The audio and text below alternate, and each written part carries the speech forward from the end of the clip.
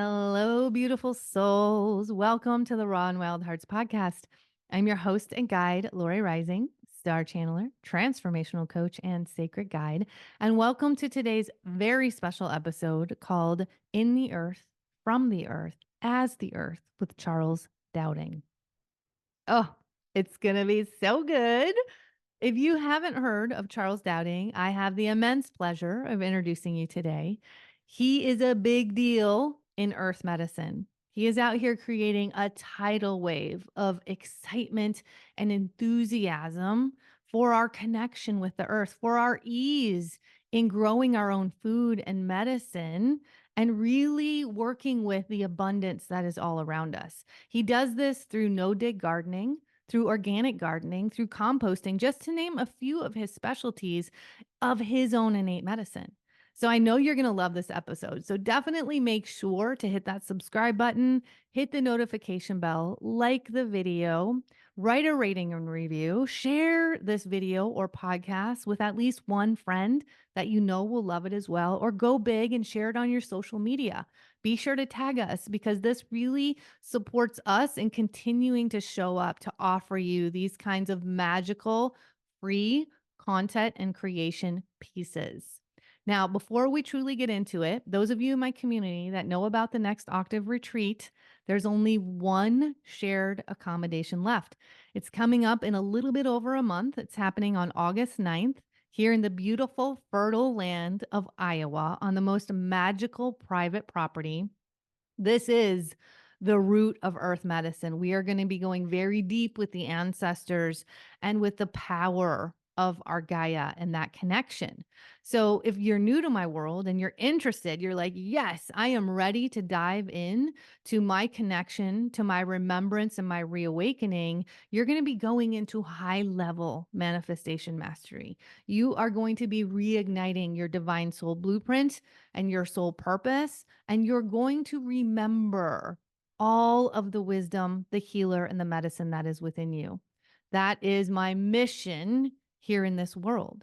So, if you feel like this experience is calling your name, definitely hit me up. Send me a message at Lori@therawandwildhearts.com.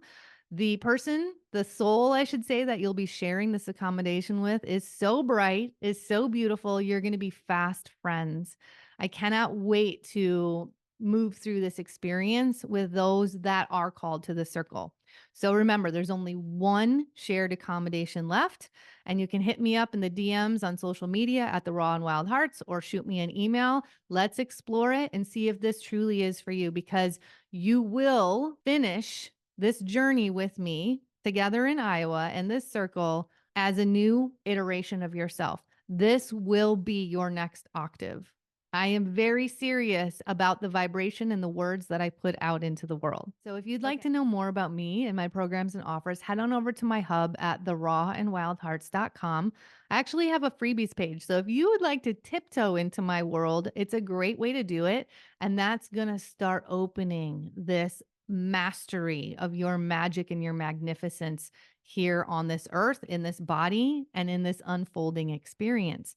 Also, make sure to check out my library of podcast episodes because they will give you so much acknowledgement and confirmation of what you know deep in your soul that you came here to do, that you came here to share, and the light that you absolutely came here to live in and emanate out into this collective. All right, y'all, without further ado, let's get into this episode.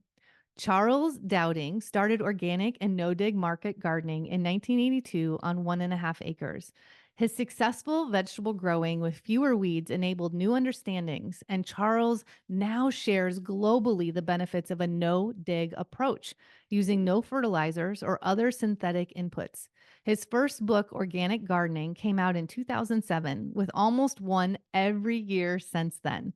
Since launching in 2013, the Charles Dowding YouTube channel, he has developed the possibilities of new media to inspire and inform.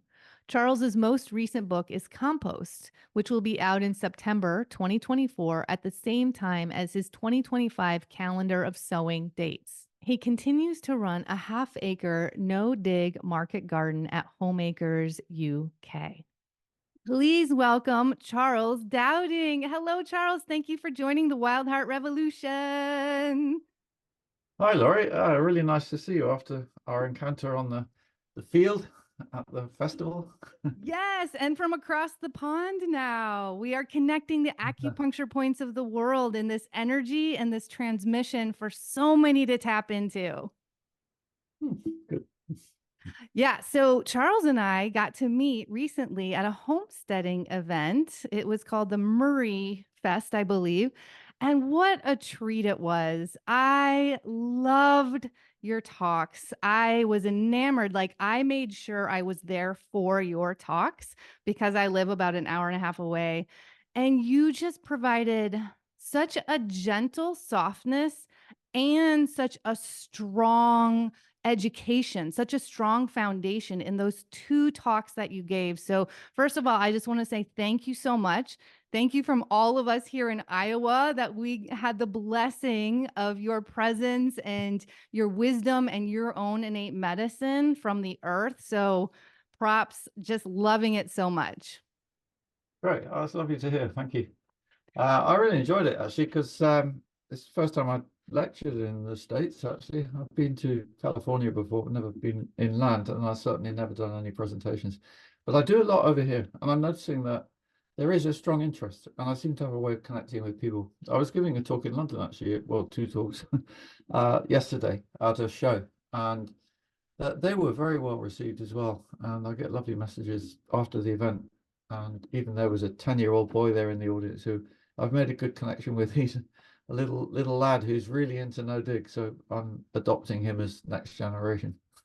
I love that. I saw that on your social media, and that was something that I actually, as I'm like creating some notes for this exchange, I was like struck by the kids, how they were enamored by you and with you. And I love that so much, right? Because that says a lot for really putting that time and attention and intention into the generation that's coming up. And to see kids get so excited about like rock star gardening, like, Yeah. yes. Yeah, it's lovely. It gives you faith in the human race, doesn't it?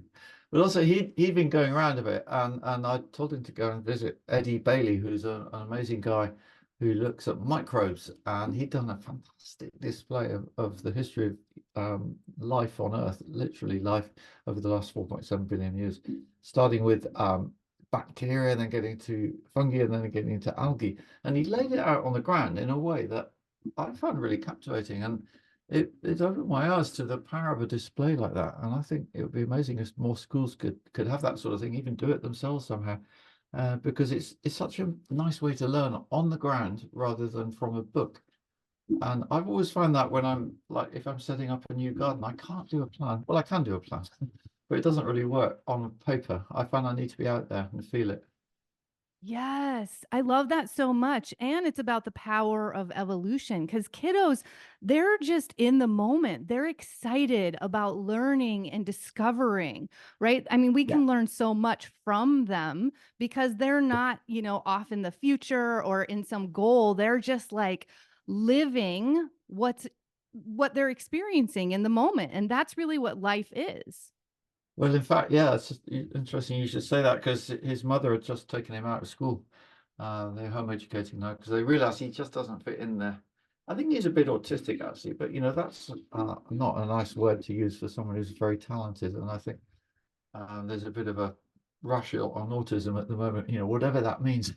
And I don't think it's a problem necessarily because the so-called autistic people I've met are incredibly concentrated and directed and doing really great work in their chosen fields. So it's all good. It's a gift. And it's so interesting because things that you're bringing up are all like energies that I wanted to touch on. Because what if we Hmm. sit in the power of that unfolding, the power of what's showing up? Because even with the symptoms of autism, what if that's the universal nudge to move ourselves back to like the most aligned way of living, the most empowered way of living, which is not one size fits all? Yeah, totally.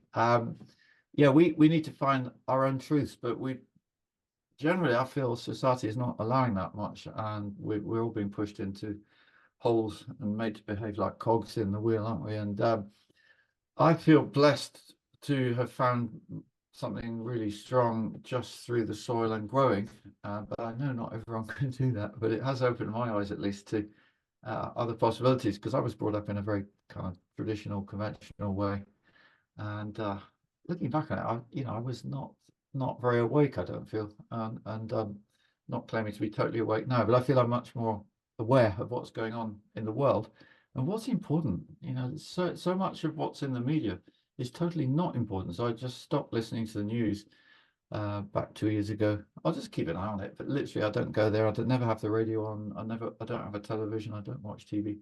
And then you've got time to to find more about yourself and what really matters. Right. And you get to hear the medicine that's coming through. And it's so interesting that you brought that up, because I wanted to ask you about where this passion for the earth really is. It's not just gardening, it's not just growing food. It is like the passion and the reconnection with who we are at our root, which really is the earth. It really is the soil. And that was a big word as I was reading through your website. And really, I like to drop in and just prepare energetically for these exchanges. And what kept popping out to me was soil, soil, soil. And I was like, oh, it just feels so rich. It feels so good. And it's literally like the root of everything. And when we sit in the power of that connection, we actually get to hear the messages. We get to, be in the awe and the reverence of what the earth can do. And so the soil has become like my new favorite word in vibration. And I want to thank you for bringing that up again for me. So if you can share a little bit about what your journey has been into the soil, right? Like tell us about that ride that you've taken and how you really came into the empowerment of no dig, of like really less disturbance of the soil and more production of life. Okay, that's interesting language you use there. My journey into the soil. With no dig, you're not doing that. And in fact, language is I find quite instructive. That in England we have sayings like, if you do your own thing and you're going a bit against the tide, because you're convinced that something is right and everyone else is pushing the other way, the saying goes, you plough a lonely furrow. Because you're just doing that one and everyone else is maybe going the other way, but it's all about ploughing. And there isn't a language for what I'm doing, really. No dig has been around for quite a while. I didn't invent it. I was inspired by the work of Ruth Stout, actually, in Connecticut, and the book she wrote I came across in 1981. And I'd grown up on a farm, so I was familiar with growing food, a 1,000-acre dairy farm and cereals. So I'd seen that side of things, and it was using tractors. I'd driven a tractor, I had a rotavator, filling, and wasn't making that connection. I was very asleep when I was a teenager. And then something happened when I was at university, and I became a vegetarian. Actually, I got interested in nutrition. That was about 1979, and that led me to wondering about how food was grown, and that led me to soil. And I just went a bit further than everyone else, it felt like, because there was a big movement in the 80s, well, from the 70s, of young people coming into gardening and farming in England, and the organic was, it was a real buzz thing then, and revolutionary in those days to be organic. And I was both organic and no dig, but the no dig, just nobody was interested in. Actually, nobody was really interested in soil. So I just carried on ploughing my lonely furrow, kind of not, but slowly I became more aware, I guess, and I still wasn't fully relating to it. I don't feel it just felt right, and I think I must have been born with some mission, because I can't really explain it otherwise, why I got so far down this road, just quietly getting on with it and building up my experience, without actually saying a great deal. But that's possibly been one of my strengths, I think, because it always makes me uneasy when people start to proclaim something before they're really familiar with it, and that's something I've never done. And I've only really started writing and talking about that side of my work, the soil node, in the last 18 years. So since I was well into my 40s, and that means I've had a lot of experience, and I don't regret anything I've written, because I think if you start too young, proclaim your truths, whatever you feel they might be, it can be we're all learning all the time. I'm certainly learning. I'm 65 now, and I'm learning really fast, I feel, actually, because I think that the more clear you get about things, that there's not so much in the way, and you can really see the bigger picture. And also, when you're older, it's not all bad getting old. It's like, you don't. I don't worry so much about what other people think, and not that I don't care for them, but it's just it doesn't have that same pressure feeling. So yeah, it's taken me to a good point, I feel, and enabled me to also connect with people more, like nobody kid, but just loads of people actually all over the world, especially through social media. And then coming to Iowa for the talks I gave last weekend was brilliant, because I realized how much difference it's making in people's lives, and that's really warms my heart, and I can see the benefit to them. So that fuels me, with the passion to really go for it and carry on. Yeah, I mean, I am absolutely with you. I love gathering more wisdom. I actually love aging. I love coming into more and more of myself, and it feels divine. It feels like, we get more clear, yet there's a bigger expansion of us into the world from that clarity. And from you, it's just this soft knowingness, and it really is that wisdom that comes through that I feel like people are enamored with, just your energy. It's not even the words that you're saying, but it's the energy, and it's the impact of that. And I actually wanted to touch on that because you got me so freaking excited about my weeds. And I was having a battle with my weeds. Like I have 5 acres and I have weeds galore. And it's like I would battle with myself to go out and pull them. And since your talks, Charles, I am pulling them with fervor. I am pulling them with excitement. I already have a huge compost pile since your talk. So this is what I wanted to touch on is separation is disempowerment. And everything that we're going to move through in this exchange is about empowerment, and it's about reclaiming that power and connection.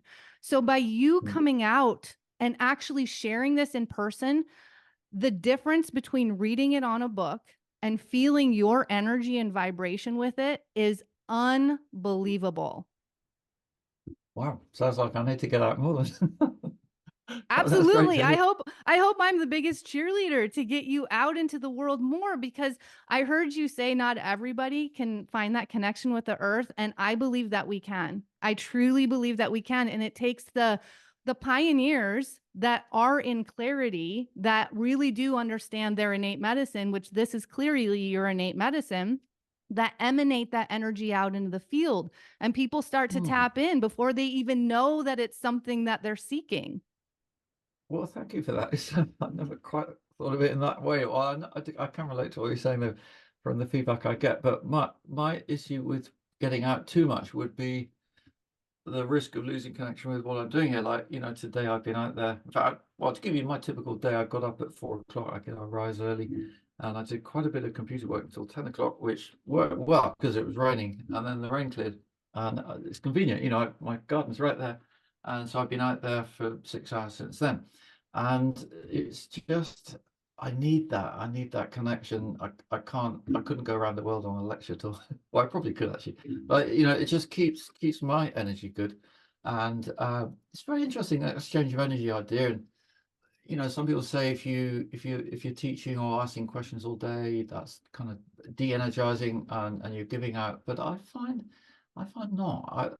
There's definitely a give and take. And if I think if you're in the right place and being really genuine, and people can feel that, and they're being genuine, I think there's actually both sides of a conversation, questions, answers, whatever it might be, are rising up all at the same time, because it's enabling them to connect more with a greater truth, whatever that might be, and that's good. That's what we need to build our own power back. We have been so disempowered by the media, by education, those two particularly, I would say, by general beliefs as well.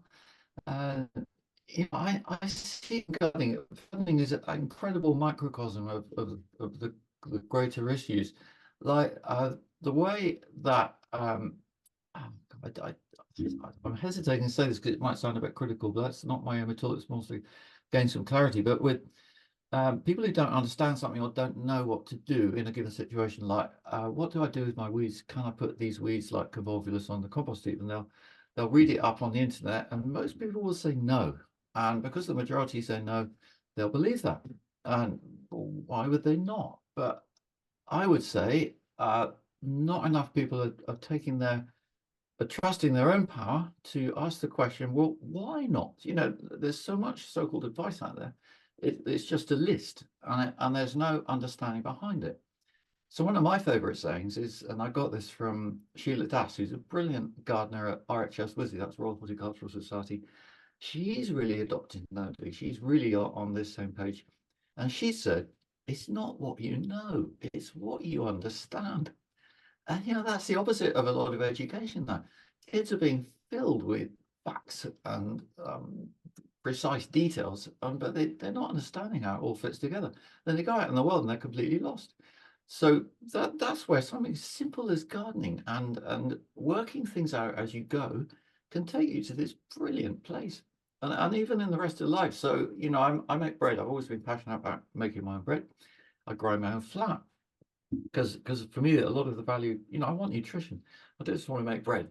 And so I've got a little mill, stone mill, and I can grind up wheat or rye. I usually make rye actually, and I'm getting it fresh ground. And it's puzzled me for a long time why nobody's questioning the age of the flour they're using, particularly if it's whole milk, because you've got vitamin E and wheat germ in there, which actually doesn't last very long time.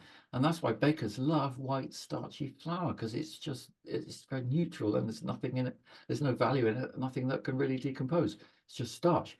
So I grind my own flour, and then I don't need it. So I just spoon it, make a mix in the bowl, spoon it into the tin, leave it overnight. I do that last thing at night, and then when I get up in the morning, it's ready to put in the oven. It's so simple. So why wouldn't more people do that? You know, and I, I find it's starting to catch on now, but I find it takes a long time for some of these simple truths just to get through. And no dig, it's, you know, in a way it grieves me a bit, but I'm so happy now that a lot of people are. But there's also a lot of people who aren't. And in the UK, we've got the main media outlet is just still not really into it. I don't feel they're giving pop education or in the sense of empowerment. But you know, maybe that's actually they're not trying to do that. So yeah, there's a lot of things we need to be clear about and where you get your information from. And I would say always ask a reason. Don't believe anything anyone tells you if it doesn't make sense. If it doesn't make sense, it's probably not true. You know, that's a maxim for life, and that can take you to really interesting places. Yes, I love it so much. And what I would say from like my own vibration is it's not what you think, it's what you embody. So when you actually get the lived experience, that's Yeah. the true education. And that's what actually imprints, right? Because we're swimming Yeah. up here in our minds so much that we create the stories, and the stories we create, once we attach emotions to them, they become beliefs for us. And then that becomes a limitation for us. So, exactly in what you're sharing is that our superpower is curiosity, because in curiosity, we grow, we evolve, we change, which is what we're meant to do as we age, as life unfolds. And that's All exactly the what time. this connection with the earth is all about, because the earth, we are the earth, we're little extensions of the earth, and it reminds us of our cycles and seasons, of our resiliency and our adaptability. So I would love for you to talk a little bit about that and how you've kind of went through your own weaving with that since when you started gardening until now. I really want to say since you started like this deep reverence and connection with the earth, of the earth, from the earth, as the earth, until now. Well, I think I'm lucky to have been born with that. I don't quite understand it, but I will come back to that in a sec. I just want to say, you know, in connection to something you just said there, it's not what you think, it's what you embody.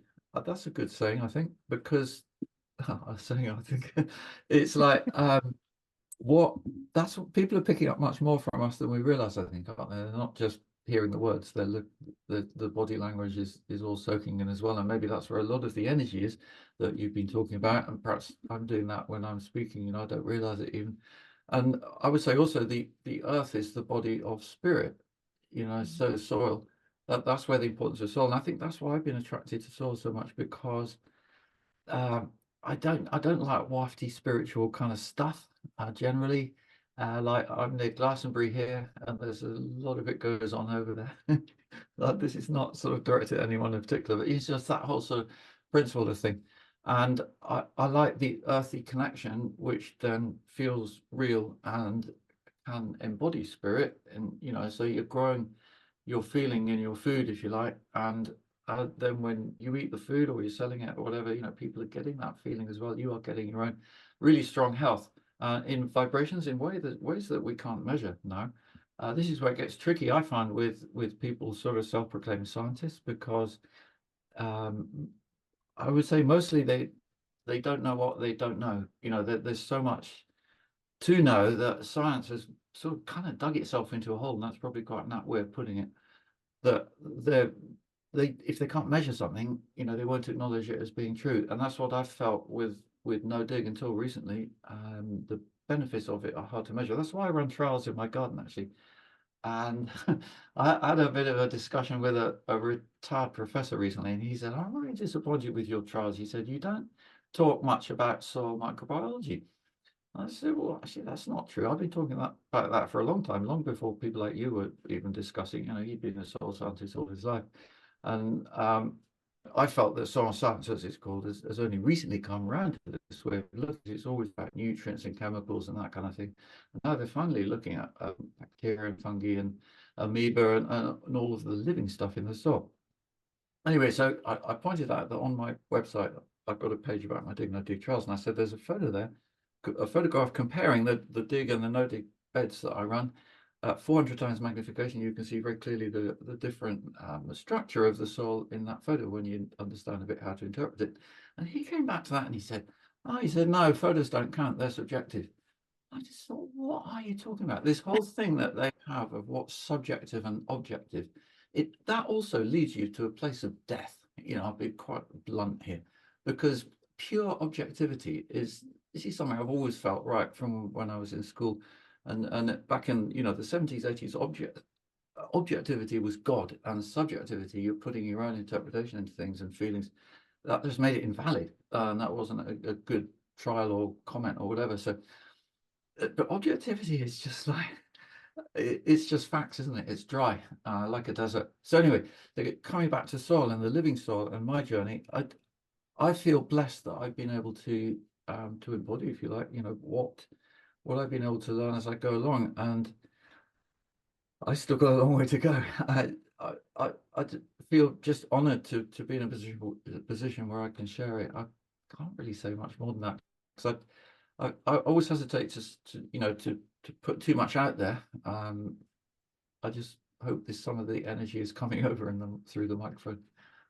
Oh, it absolutely is. And again, that's where it was so special to be in person with you, because if I had read what you shared in person, I don't think I would be as excited as I am about composting and weeds, right? Mm. Because this is what we're coming back to, is when we come back to connection rather than separation, even in person, we really do feel the energy and the excitement and the emotionality. And that's what speaks to our hearts. It's not words on a paper that speaks to our hearts.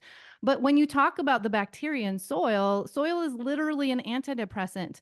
That's connection, right? And so there's beneficial bacteria in soil that help produce serotonin. And this takes me back to what you were talking about with bread, right? Being so intentional with it. And it's sometimes the stories that we create about, when we, I guess what I want to say is, when we have such a reliance on a culture of convenience, we want it right here, right now. And we want it to just be easy. But actually, when we get rid of that story and we realize that we can have more health, more happiness, more joy, and more I don't know, embodiment in life by using our hands, by doing something one day before, prepping, and then, bringing that energy into our body and then sharing that with the community. That's empowerment. That's connection. Separation comes in politics, medicine, education, families at this point, each other. Like, it's wild what it does. And this is a reclamation of our power by and through connection. Yeah, yeah, it's brilliant. It's like that's what I found actually through learning myself about making compost. It might sound bizarre,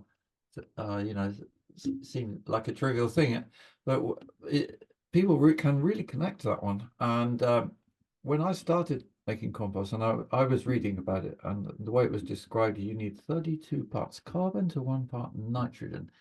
And that's a classic so-called scientific way of explaining something, because it's actually not connecting to reality at all. And how does anyone in a garden judge that to get that right proportion? So anyway, I say roughly 1 part brown materials to 3 parts green. I'm just always trying to simplify things. And then you sense that people are starting to get it a bit. And funnily enough, I've written lots of books, but I haven't actually written one on compost making purely. I always have a chapter on how to do it in my other books. Well, I've just written one called Compost, and it's coming out in September this year. And the feedback I'm getting already is so much interest and people actually getting excited. And that's something I really like. If they're getting excited about something, that shows they're going to get into it. A bit like you're saying, that's a bit of the emotions coming into it. It's not just they want the knowledge, they want the feeling and sense. Yes, the feeling. And that's what I love about what you share. I feel like you share simplicity and you share this invitation to curiosity. Those are our superpowers in this life. Well, do you remember I don't know if you were at Jessica Soward's talk at the event last weekend she's from Roots and Refuge in South Carolina. Hmm.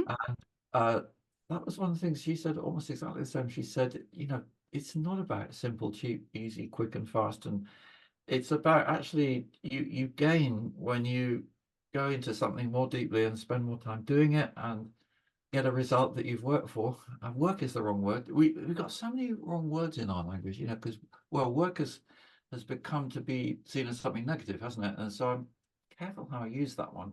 But work in the best sense of the word is where you are empowering yourself and often to help others as well. And that's what you do if you're farming and gardening. Well, as long as you're doing it with good understanding for the soil and that kind of thing. Yeah. When we actually relax into something, it happens quicker.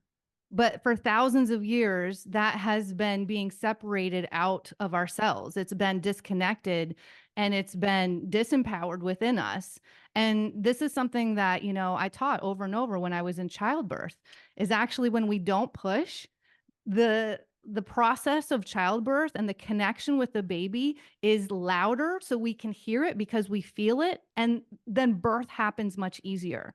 And we've basically been going down this rabbit hole for so many generations of taking us away from the ease of life that actually reaps so many more rewards and benefits. And I feel like that's, a lot of what Jessica was talking about as well.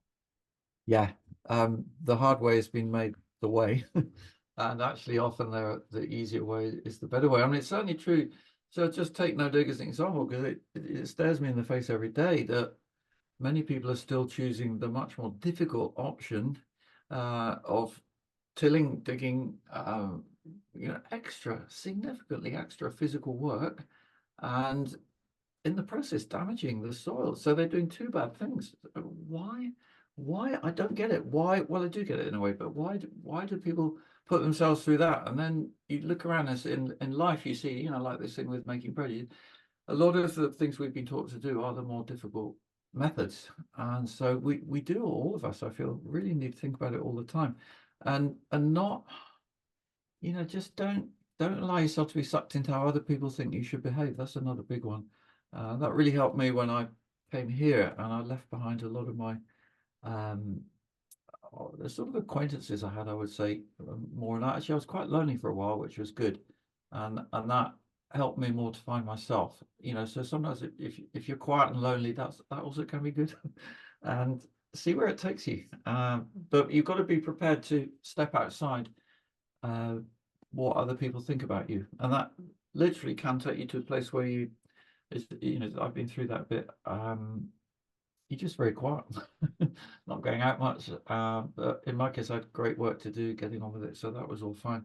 And then I feel like going down the road that I really believed in more, and not just putting on a face to please the world, has taken me to a beautiful place now where I'm meeting people like you and all the people I met last weekend and just all the time.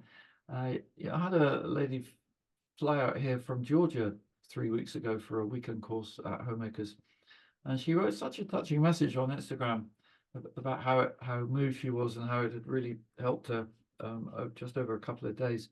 And when I read something like that, I think, oh, this is so amazing. I can actually do something like this, and I just want to do it more and reach more people. And I reckon, if we, all of us, between us, your listeners as well, can cast off the expectations of what we've been told we should do, find more of what we know we should do, and do it, and other people then take notice, that can ripple outwards, and from my experience, significantly. And I think that's how the world's going to improve. It's not going to be, from some politician to making a decree. It's going to be bottom up. So that's very much my approach. Rather like the soil work, it's bottom up, and then the better world can happen. It's got to come like that. And so let's hope. No, not let's hope. That's too vague. More people are now seeing this and feeling it and going for it. So if any of your listeners are in the sort of on the fence a bit about it, certainly with getting your hands in a compost heap on the weeds, as you were saying, make some compost. Compost is very empowering because you're converting waste into something really valuable, and that's a great feeling. And you realize you can do that. Wow. And that takes you then to having brilliant fertility in your hand that you've made. And fertility is not the way it's been defined out there. It's not nutrients, it's not chemicals, fertilizer, it's life that you're holding in your hand, that compost. And you spread that on top of the soil without disturbing the soil. That's no dig. And that very simple process leads you to having really healthy growth and actually fewer weeds. So while you might have some hard work at the beginning, you don't have to pull out all your weeds. But often I'd rather smother them. But whatever, you can eliminate weeds through light deprivation is my favorite way of doing it. And then feed the soil with compost. And that takes you to this lovely place where it's gardening becomes really easy. Like I spend on my 1/3 of an acre, I spend really little time weeding. I think people struggle to believe it if they're used to tilling and all the weeds that grow from that, because weeds are a reaction. They're why do they grow? I know some of your listeners might be thinking, what's he talking about, weeds? That's a judgment word. And people say to me, well, weed is just a plant in the wrong place. But yeah, that's the point. we don't want them, or I don't want them in my bed of carrots, because they're strong plants. That's why they're weeds, pioneer plants and all that kind of thing, and very good at reproduction really fast. And just to put it the other way around, you don't go for a walk in the forest and find a bed of carrots, because they are quite highly bred plants and they don't grow that, get wild carrots, but they don't have any nice root on them that we can eat. So that's why vegetable gardening is a little bit of extra work in that sense. And just not allowing the weeds with no dig, no till. It's really simple because they don't grow much. Why don't they grow much? It's because weeds are healing mechanism. And I've noticed from, I've done the other side. In 1987, I had a call from a wholesaler in London. He said there's a desperate shortage of organic carrots, and although I had 7 acres at the time of market garden, I couldn't grow a whole load of carrots just like that. So I thought, hang on, this was springtime.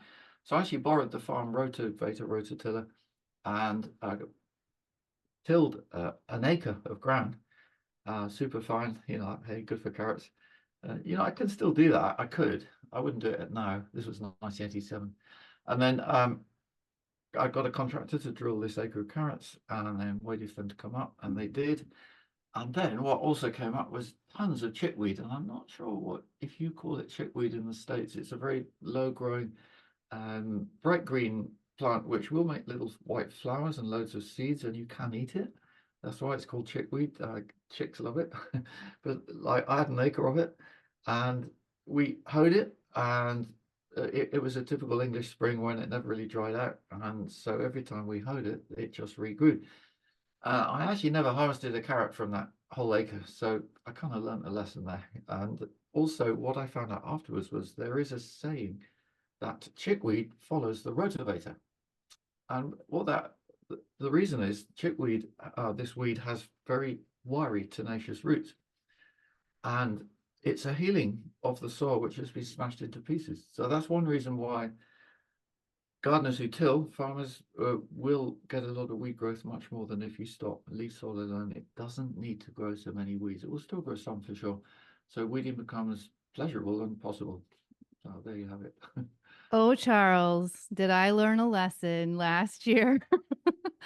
I injured my shoulder and I had just purchased my acreage, and my dad just made it so tempting. He was like, I can bring a tiller down and I can till this and I can till that. And it's like, it is very tempting to suddenly have all this just beautiful soil right there.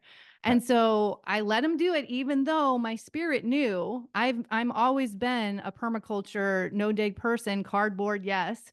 But like enough showed up that I was like, okay. And I succumbed to it. And now I am dealing with the consequences of that. And I mean, let's talk about cockleburrs. Oh my goodness. So when I talk about pulling the weeds, I just want to be clear that they're the weeds that are coming in between the cardboard that I'm pulling. So I still have my cardboard down. It's not all the weeds, but because of the tilling, now I'm having to do so much more work, and I'm having to like just have to be stronger because I have to pull out these really tenacious weeds. And so I agree with you. And that's where it's like, if you can find that place of stillness and relaxation and trust, if you can trust by not digging, by actually doing it easier, you're going to have more crops, more connection, more joy, more ease in your life. Like that's a lesson for every area of our life. It's true. Yeah, that's an interesting word too, trust, because I had that on a course recently and someone said, because when I'm teaching no dig, they said, they were like diggers, traditional methods. Traditional is maybe not the right word either. But anyway, she said, it seems to me that with no dig, there's a lot of trust, isn't there? And she wasn't saying that in an entirely positive tone of voice. And I said, well, yeah. It's like, why would you not? Why would you not trust nature to be able to look after its own house? But as you say, if we've messed it around beforehand, we've got to clear up the debris a bit, and that's what some of these weeds are doing.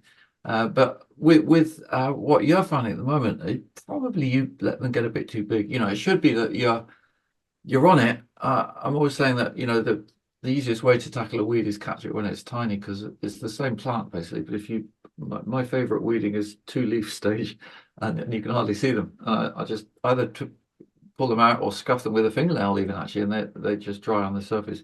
But that's really quick. So that way I keep my ground really clean the whole time. And no weeds go to seed. But also with the perennial weeds, they're the more tricky ones. So crabgrass and convolvulus, those kinds of things. Equisetum, you've just got to keep on it and keep removing, keep removing. I found that we're doing that for 2 years with convolvulus, say, what we call bindweed. I'm sure many of your listeners will know this one. It can seem daunting, but if you stay on it from the beginning before it really gets established, you do the initial cardboard on top, then compost, and that will give you 2 months respite, and then it will appear because the cardboard decomposes, and that's when you need to spring into action and keep catching it before it gets too big. And I found that with 2 years of doing that, I'm afraid it is 2 years, regular removal weekly, but it's summertime, not in the winter. It disappears. I clean ground completely of perennial weeds, and that's what I'm trying to do. It might sound a bit almost what's the word, nerdy to be so on it with weeds. I'm hesitating a bit here because I know that a lot of permaculture people are sort of claim they like weeds and all that, and I'm not entirely convinced by that. But again, it's the words we use and the context we use them in. And when I say I want my ground clear of weeds, I'm talking about just the ground I'm growing my vegetables in.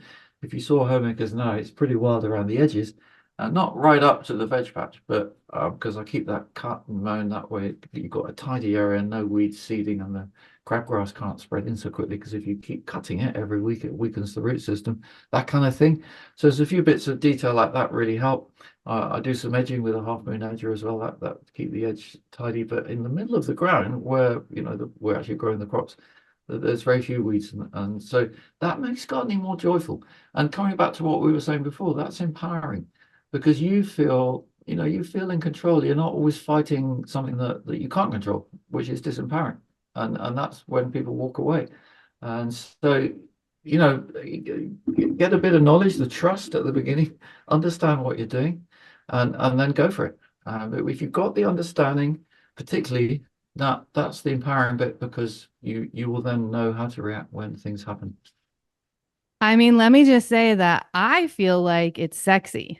Like when you say no weeds, I'm like, that sounds sexy to me. Like that sounds really exciting around these parts.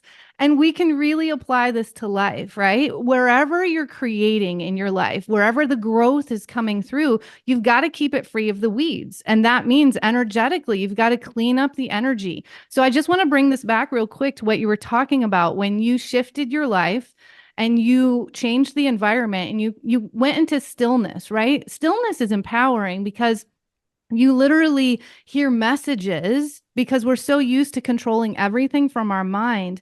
But when you're in the earth and you're in quiet, you're never in quiet because you're hearing the bird song, you're hearing the life around you, right? Like you're feeling the energy of the soil. And that's when you remember who you are at your core, what your message is, what your innate medicine is. And so that's the space that we've been so inundated with, so much bombarded with so much information and all these ideas of like, oh, we have to, learn more from somebody else, when we come back to the place in that stillness that we are the wise one. We are It's our best educator.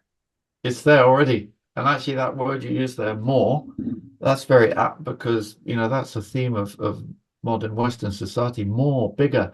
Whereas when you start doing this kind of gardening, actually you realize how small is truly is beautiful, because you don't actually need much ground to grow a lot of food. And if you start small, if any of your listeners are starting out on this journey of growing your own food, don't, it's the opposite of what you were saying with your dad, that's classic. You can very easily till large area, acres. What are you going to do then? Whereas with no dig, you haven't got the means to suddenly mulch like a load of ground, because you need quite a bit of cardboard, say, compost. But that doesn't matter. You just concentrate on a small area and stay in control of it, stay in charge, and then you can gradually grow the ground and grow yourself with each successive year. So yeah, there's a lot of life lessons in there. Right. And I love it because, I mean, correct me if I'm wrong, but you do this all on a half acre. Am I right? Yeah, well, less than that even. Yeah, my growing area, including the pathways, is about a third of an acre. Yeah, and from that, Wow. I'm actually selling about £30,000, maybe $40,000 worth of food in a year. Uh, I employ a person because I can't be full time myself. So many other commitments. I reckon one person could manage a half acre, depending how intensively you grow, though. Because I'm doing a lot of salad crops, that takes more time. And also we do a lot of succession cropping, so we're growing 2 crops a year on the same piece of ground. That's another way of really doubling up very efficiently. You've got to be efficient. Efficient maybe sounds a bit of a dirty word, but it just means you're using your time really effectively and not wasting time, and using the sunlight. That's a key one, because where we are now, so this is July when I'm talking to, and we're at the peak of the growing time of the year. And there's a nice saying in that, a link to that, which is every day's growing in July is equivalent to 2 in August, 4 in September, 8 in October, half of November, and the whole of December. It's not literally true, but the moral of that one is in July you can't afford to sit around. You want to keep moving. So just the way I do it is here we're finishing cropping a lot of vegetables at the moment, like peas and beans and carrots and beetroot and salad, onions and lettuce. They come out, and on the same day, if possible, I'll get the next plant in, or follow potatoes with leeks and so on. That's another myth, that soil needs to rest. It just needs plants growing it. That's good for it, keeps the biology alive. So summer's key time. Really, really pile in there, and then you can take your foot off the pedal a bit in the winter. Yeah. I mean, you really brought it home for me when you talked about getting the weeds when they're just tiny, because I was on tour for 3 weeks when the weeds were tiny. So by the time I got back, they were grown so much that I was like, oh, I'll just let them keep growing so they're easier to pull out. Right. But now I'm like, okay, no more tours at that critical time where I can just easily kind of sweep them away and Yeah. feel really, and less work. Right. Again, Yeah. I feel like it's more efficiency, less work. And that's not something that we've been versed in because we have been conditioned to be workers. Right. Because if we That's didn't, so true. yeah, if we Yeah. didn't trade our hours for dollars and Yeah. feel like hard work is going to get us there, but that's not actually what it is. Well, It's more being in that stillness and receiving your own messages is what's going to like leap you there. yeah, that's so it, because that's exactly the difference between no dig and digging, for example. And I think it's I've often thought it's the Victorian, in English terms, the Victorians, they were the Industrial Revolution and working to get more money and all this kind of thing. And that's virtuous. And so then when I started no dig, people would call me lazy. And that's where they're coming from. And there's nothing wrong with being lazy. That's the last thing I am, actually, so I'm not lazy. I don't want to be, but just in their eyes. But they see it as a virtue that you should be slugging your guts out and tiring yourself out, and even doing things you don't want because it's called work. And that's not a life any of us should lead. So we want to find creative work. We keep using that word. No dig is an example. But I'd encourage any of your listeners, if in other fields of life, whether you're plumbing or carpentry or whatever it might be, I'm sure there's easier ways to do things compared to what you've been taught.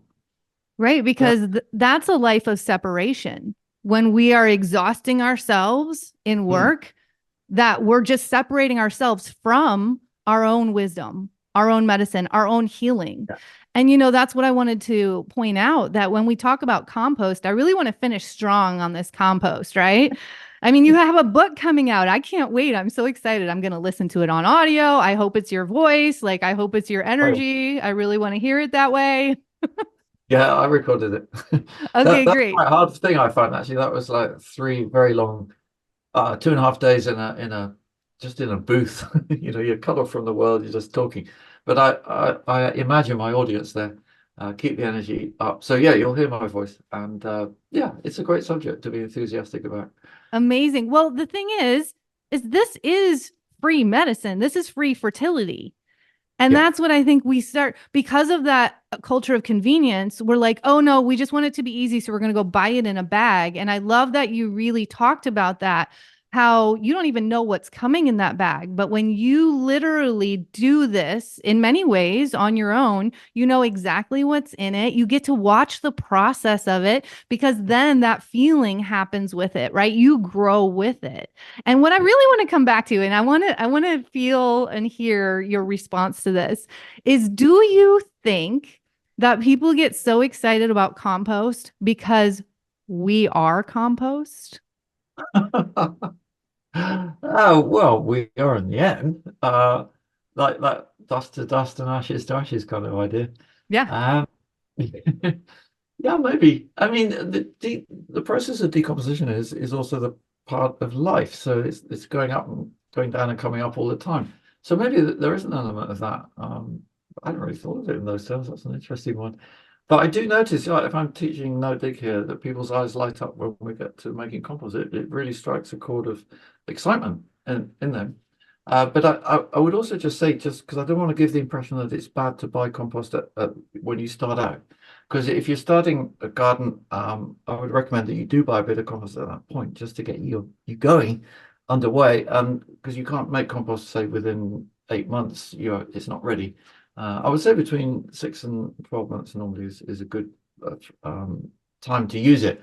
And one note I'd love to finish on is the question I'm often asked is, when is compost ready? What does that mean? That's a really interesting question if you think about it, because it's ready when you want to use it. It's ready at any point, because compost is not a finished product. It's always decomposing. So if you leave it like 2 years, it's half the volume, and I would say it's actually lost a bit of its value. There's just not such a strong microbial presence in there.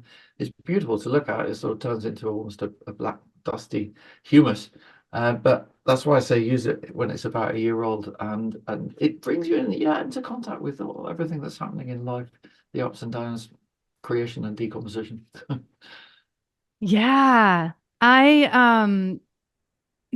I mean, something else that I just want to ask is because you have been connected to the earth so deeply for so many years, do you feel I guess maybe you wouldn't even know really, because the benefits of earthing are so huge. I think it's called Earthing, a movie called Earthing. And there was a doctor on there that said probably the worst thing that we ever did for humans, like in the history of humanity, was create rubber soled shoes because Yeah. of the disconnection with the earth. And the earth is literally our medicine. Like Mm. that's where we get everything that we need, but we've become so separate from it. And that separation can be the most detrimental parts and symptoms for our own health. Yeah, I mean, I find it hard to walk barefoot, actually, to be honest. Especially that's one disadvantage of wood chip paths. Like these cut pieces of wood are quite sharp on the feet. I need to toughen up a bit, but I could totally agree. Yeah, earthing.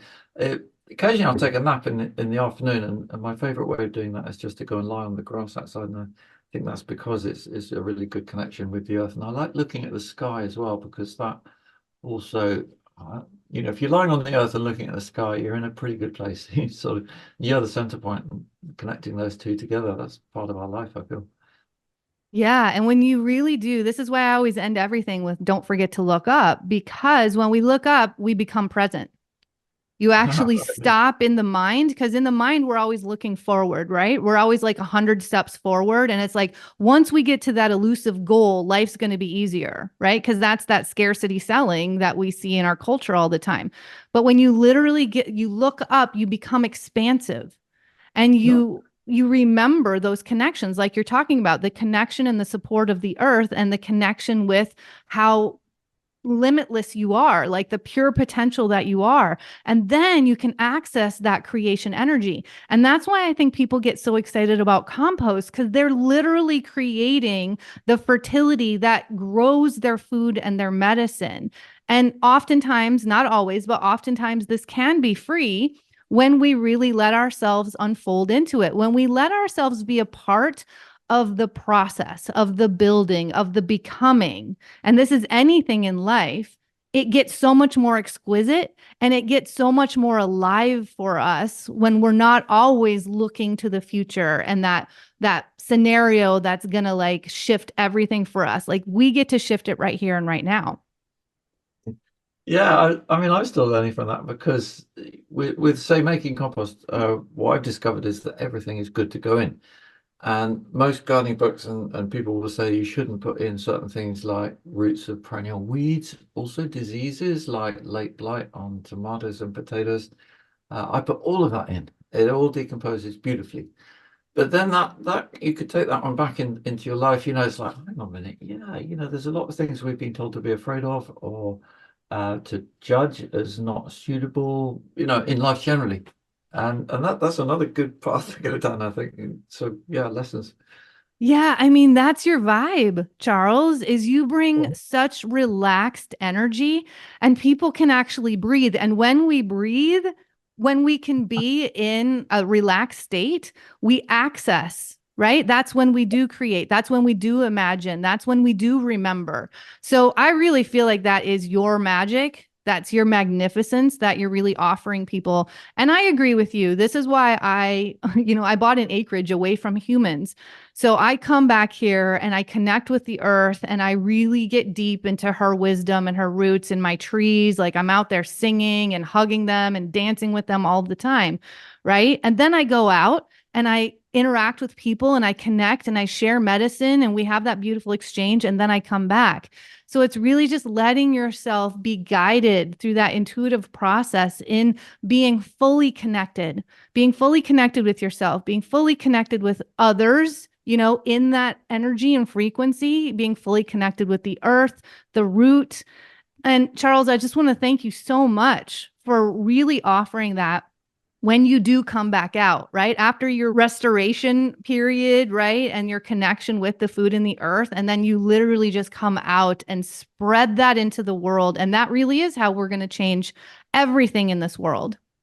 Oh, thanks, Laurie. Yeah, well, let me just say, I'm actually booked. I'm scheduled to go to Alaska and teach there. I mean, Alaska of all places. Had some people come here on the course from Alaska, and they're very persuasive, and they said, "You must come and teach us." So that's going to be a statewide conference there on May the 18th next year. But because it's such a long way, I'd like to combine it with maybe a couple of other events, maybe in Pacific Northwest somewhere, even Washington. I don't know, that part of the world. So if any of your listeners are interested in that, do contact me through my website contact. See what Yeah. we Do can you do. have an events page on your website? Yeah, there's an events page, so you can see what's going on. I don't think we haven't put the Alaska one up yet because it's not fully finalized all the details, but basically it's happening. But don't be afraid to reach out. You know, I feel that, yeah, like these connections are really important, and see where it can go. And actually, the event where we were listening to Rory Feek singing, weren't we? And that was just pretty magical. And then he has this festival in Tennessee in early June, and he was trying to persuade me to go and speak there. I haven't ruled it out, but it is a bit like we were saying. It's just uprooting myself for that period of time when I'm actually really busy here. I mean, to get to Iowa in late June, that was a huge amount of work, both before and after. You know, I had to do the gardening that I needed to do, whatever. And there's a limit to how much I can pay people or teach people to do it because it's very much my garden. It's run in a very personal way, which I feel is how we should all run our gardens. It's not like a tilled market garden where you've got just rows and everything's kind of on a plan. It's much more by feeling and seeing how you go. And I want it to stay like that way. It does involve more time and effort, but so yeah, there you go. Right. I mean, it's embodied. That's intuitive. Like that is literally your medicine coming through your garden. And that's not something that you outsource. And that's what we've been so used to is outsourcing so much for more convenience. And this Well, comes back to Jess's talk, right? Go ahead. yeah.